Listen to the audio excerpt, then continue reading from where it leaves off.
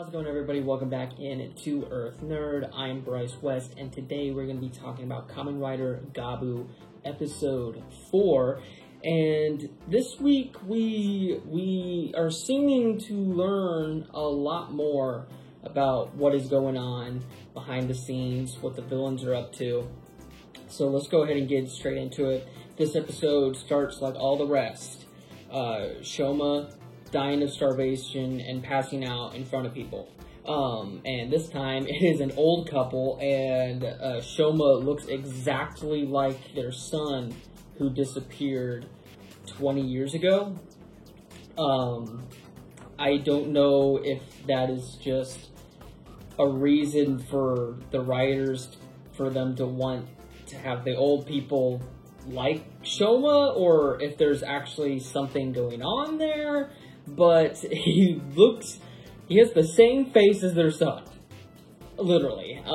So they take him in and start feeding him food, and they show him what marshmallows are like, and I think you can see where that is going later on in the episode. But meanwhile, Hanto and the loser who ruined everything from last episode are meeting up, and they're talking about the aliens that are invading Earth, and the scientist guy has been studying them for a while, and Hanto goes to the newspaper guy or the guy he's been working with, the investigative guy, and he's like, bro, you just found some other crazy person, but stick with it, I guess, and see if he's actually up to something.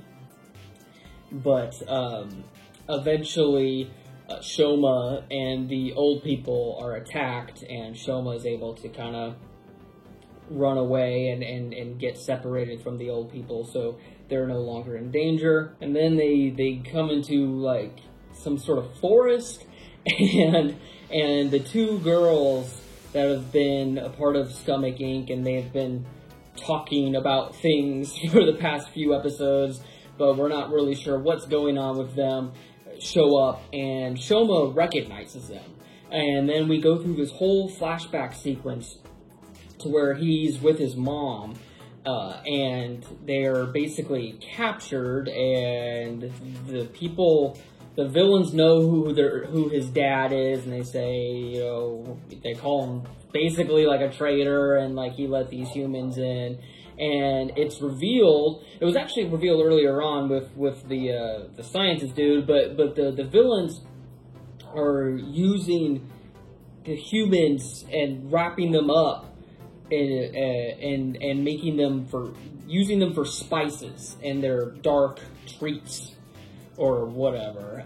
So that is what has been happening whenever they get wrapped up with that substance, or whatever. So by the way, thank you to Coffin29 for constantly giving me comments and sort of giving me new insight of what's going on.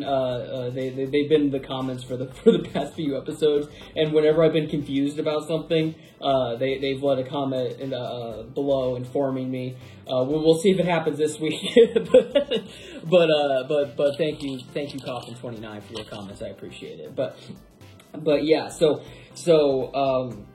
basically, his mom is wrapped up and presumably dead, and the reason why Shoma wasn't able to be turned into spices is because he is half, I forget what the alien race is called, but he's half not human, and so he's not able to be turned into or used for the spices within the treats or whatever. So you're never gonna believe this, but it eventually all this builds up to Shoma transforming into Kamen Rider Gabu, and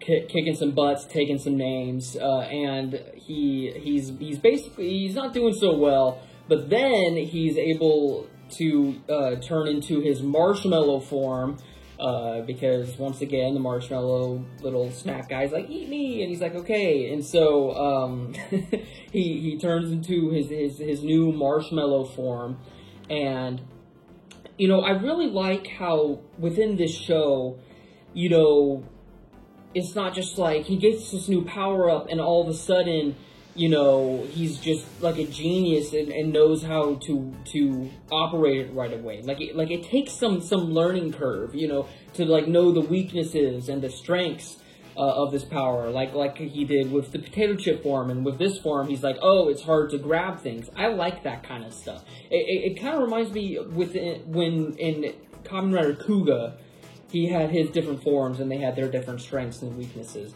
and we kind of get that here. But man, the strengths of this form, let's just say they outweigh the weaknesses, and he's able to defeat the bad guys fairly handily. The two girls are like, you know, let's just get out of here. We'll figure this out later. And once again, the episode ends with Shoma basically going, all right, I guess I gotta leave these people now too, or else they're gonna eat them.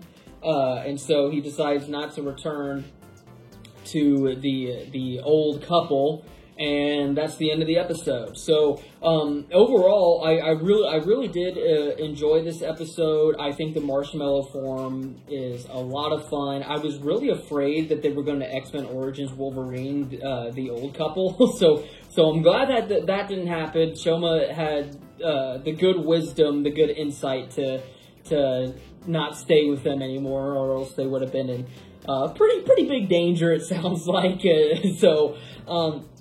But yeah, I think so far it seems really interesting what's going on with the villains now that I have a better grasp of what's going on and what it is that they are doing. It seems like I'm gonna have to learn the name of the scientist guy, because I think he's gonna be a regular now. So I've just been calling him the scientist guy, but I need to figure out that dude's name. Because it seems like he's going to be working with Hanto for probably the rest of the show, it seems like. So, but yeah, it seems like we've got some fun stuff going on with next week too. The potato chip form is getting another power-up, maybe? It's a hot potato chip form.